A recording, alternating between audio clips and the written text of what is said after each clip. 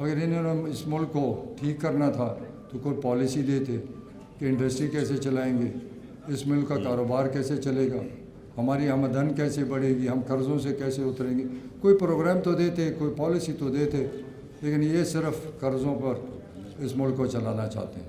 اور مصیبت یہ ہے کہ ان مجرموں کی وجہ سے 35 سال انہوں نے حکومتیں کی، انہوں نے اتنے قرضے لیے کہ آج اسی قرضوں کے بوجھ تلے سارے پاکستان ڈوبا ہوا ہے۔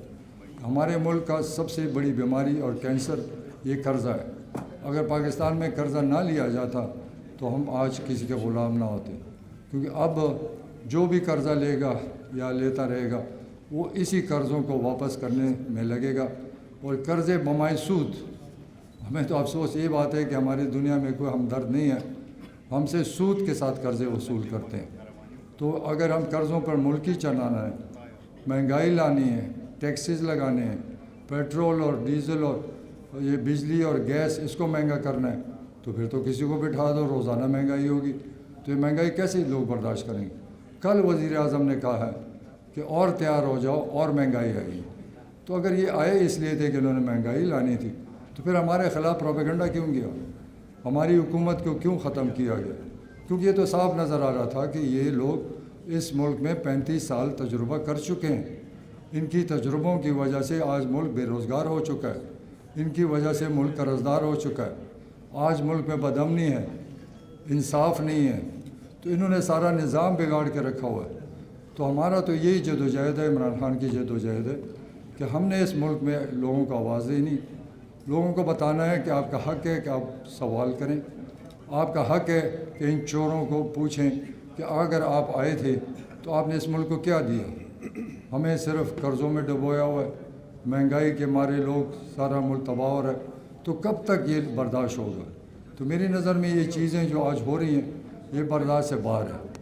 تو اس سلسلے میں جو جدوجہد ہو رہی ہے، جو جیل بروں تحریک ہے، وہ اس لیے کہ ایک تو مہنگائی ہے، لیکن دوسرا مسئلہ ہم نے اسمبلیوں سے 10 مہینے پہلے استعفیٰ دیا، ہمارے استعفے انہوں نے منظور نہیں کیے۔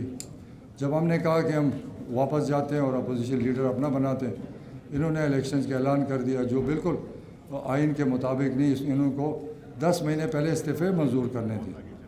پھر انہوں نے کہا کہ آپ صوبائی اسمبلیاں ختم کریں تو ہم بھی قومی ختم کر دیں گے، لیکن ہم تو اپنی زبان پہ قائم رہے، صوبائی اسمبلیاں ہم نے ختم کی، لیکن یہ وہیں پیچھے رہ گئے۔ اب مسئلہ یہ ہے کہ آئین کی خلاف ورزی جا رہی ہے، کیونکہ آئین کہتا ہے کہ 90 دن کے اندر الیکشن ہوں گے، اس میں سوال ہے ہی کوئی نہیں۔ اب یہ کبھی ایک میٹنگ کر رہے ہیں الیکشن کمیشن، کبھی کسی کو خط لکھتا ہے، گورنر کچھ اور کہتا ہے، تو یہ الیکشن سے بھی بھاگ رہے ہیں۔ تو یہ ہمارا قانونی حق ہے، آئین میں ہمیں اجازت دی ہے کہ 90 دن میں الیکشن ہوں گے، تو جب یہ الیکشن نہیں کریں گے تو اس کا مطلب ہے آئین توڑنا چاہتے ہیں۔ جب آئین ٹوٹے گا تو پھر تو جنگل کا قانون ہو جائے گا، پھر اس ملک میں کیا رہ جائے گا؟ تو ہم ان کو کہتے ہیں کہ آپ آئین سے نہ چھیڑیں، یہ آئین بڑی مشکل سے پاکستان میں بنا، اور اگر اس کو چھیڑیں گے تو اس ملک میں افراتفری پھیل جائے گی۔ تو میں تو یہ کہتا ہوں کہ جس ملک میں اکانومی تباہی کی طرف جا رہی ہو، سیاست میں ہلچل ہو، ملک میں پریشانی ہو، مہنگائی ہو، تو ملک کیسے چل سکتا ہے؟ کوئی ہمیں تو بتائے کہ ملک کو آگے لے کر کیسے چلنا ہے، اس دلدل سے نکالنا کیسے ہے؟ یہ صرف آئے ہیں اپنا وقت پاس کرنے کے لیے۔ انہوں نے کہا تھا ہم قانون سازی کریں گے، ہم اچھی قانون سازی کریں گے۔ قانون سازی کیا ہوئی؟ سب کو پتہ ہے کس لیے آئے تھے۔ انہوں نے قانون پاس کیا اور احتساب کو ختم کر دیا، اپنے سارے کیسز ختم کر دی، اپنے جو چوری کے الزامات تھے یا کیسز تھے وہ سب بری ہو گیا، عدالتوں سے بری ہو۔ تو یہ آئے اس لیے تھے، یہ اس لیے نہیں آئے تھے کہ پاکستان کے لیے کام کریں۔ اگر پاکستان کے لیے کام کرنا ہوتا تو 35 سال کا نتیجہ ہمارے سامنے۔ یہ آئے تھے اپنا احتساب ختم کرنے کے لیے، یہ کامیاب ہو گئے اور ملک کو ڈبو دیا۔ آج جو ملک کا حال ہے، ہمارے پاس ڈالر کی کمی ہے۔ اب سب کو پتہ ہے کہ ان کا تو ساری جائیدادیں ڈالر باہر دنیا میں پڑی ہیں۔ اگر ڈالر مہنگا ہوتا ہے تو ان کو فائدہ ہی فائدہ، اور پاکستان کے لوگ ڈوبتے جاتے ہیں۔ تو سوال یہ ہے کہ انہوں نے آگے کیوں نہیں بڑھنا؟ میری کئی میٹنگز ہوئی، میں ہمیشہ ان سے بات کرتا رہا کہ آئیں الیکشن کریں، جس کے ساتھ اکثریت ہے ملک کو چلائے۔ تو ان کا صاف جواب ہے کہ آپ جیت رہے ہیں۔ تو میں نے اکثر یہی کہا کہ ملک کے لیے کریں، جیت اللہ کو پتہ ہے کون جیتا ہے کون ہارتا ہے، لیکن اس ملک کی خاطر یہ اپنا الیکشن کرائیں۔ تو یہ نہ الیکشن کرانا چاہتے ہیں، نہ یہ ملک کو ٹھیک کر سکتے ہیں۔